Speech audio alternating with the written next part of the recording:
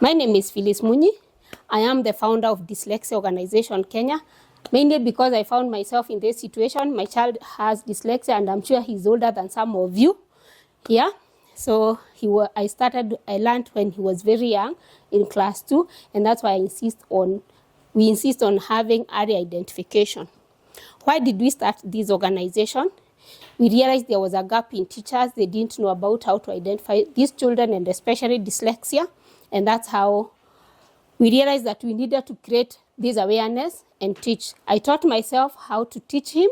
He excelled, he did well in school, and he finished school, and now he's working. So research shows about 60% of children in grade 5 and 8 cannot read at grade level. I don't know about the children you teach, but mainly that is a big number, and it's because they have unidentified invisible learning difficulty. And majority of those those 60, majority have dyslexia. It also shows that 62% of children who drop out of high school have an invisible learning difficulty. If you know somebody who dropped out of high school, they did not finish, maybe because of school fees, but majority of them maybe because they were not identified when they were early, and teachers lack that training or necessary training to identify. I don't know how many of you here are trained about to handle children with special needs. Those that you can't see, even those that you can see. Do you have any special education teacher? I think I have met her somewhere. At least those two. You see the number? How many? 2. In a class of 3. Okay, there are 3. Yeah? And I can assure you, we said how many? 60%. Every class how many children with the learning difficulty? At least 4. At least 4. Every class. So how many children are not taken care of? Every class, right?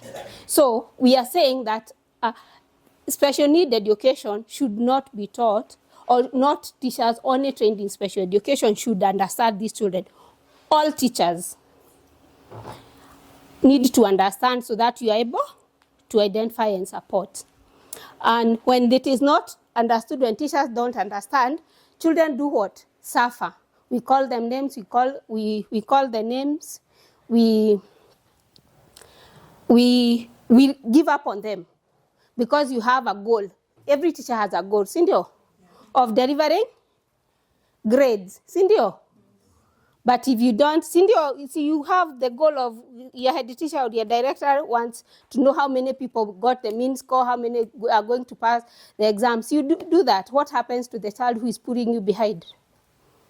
What do you do to them? You leave them, Cindy. You just let them be. After all, ni moja, Cindy. After all, ni. So what do you do? Hata akiwa kwa class zingine hata hunotice, hata akiwa kwa class hujui, ako tu. Sababu hata ukimuuliza maswali hajui. So we are going to look at the main learning difficulties very briefly. I know you know them. Some you can be able to identify them, and because these are invisible, you cannot identify them by just looking at the child. Not only dyslexia, but there are many others. We start with dyscalculia. Who knows what that is? Walimu wa maths.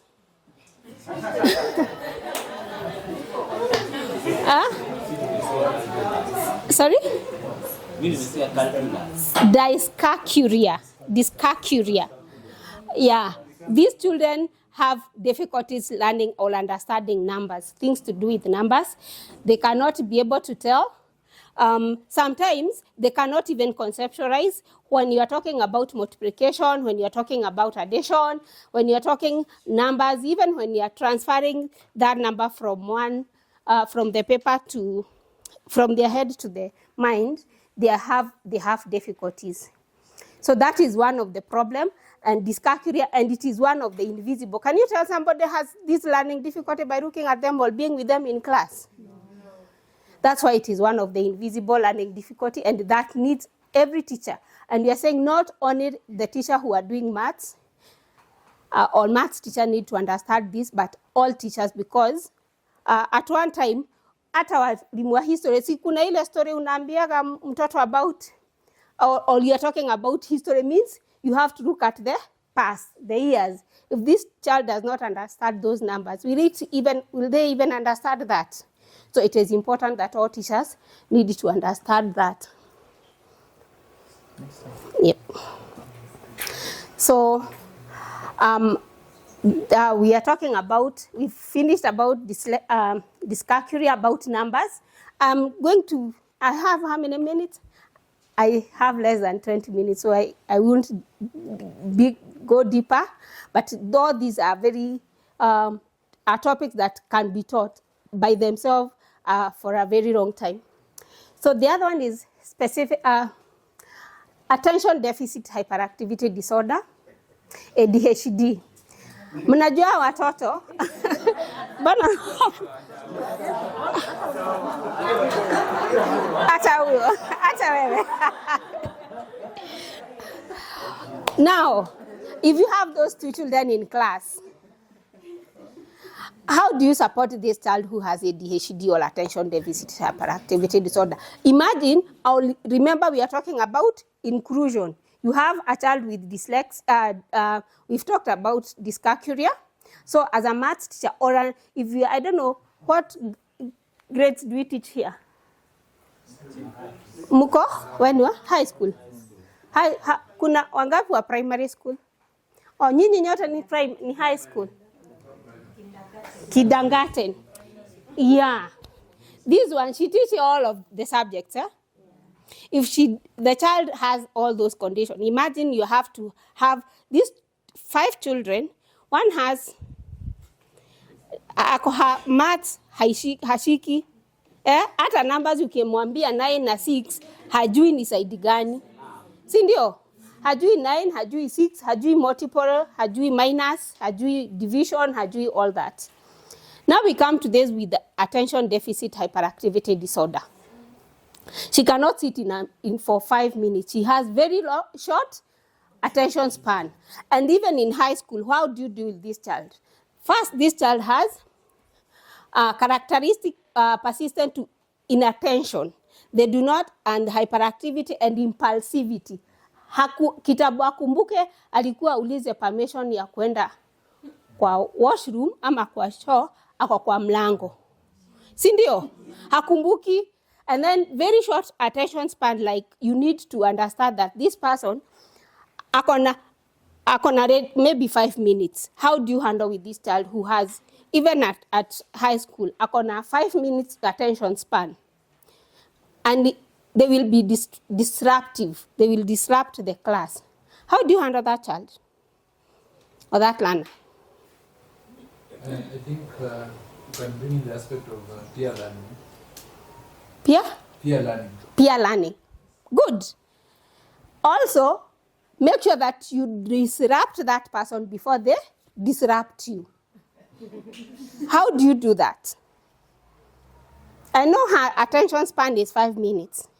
I'll be focused like the 4th minute or the 49th second CV, I tell her, Mary, you see, you have disrupted her before. They disrupt, you just call her, you tell her, Susan, can you, just make sure that you make something that will bring her attention. Every 4 minutes. Yes. Every 4 minutes and it is possible. Like, you don't even to just tap, I believe even you teachers, you are not teaching like standing there and telling them. You can just ask that person something because we are going to disrupt you. Okay, of course, you will learn because basically is what? They are going to disrupt you before. You need to understand that.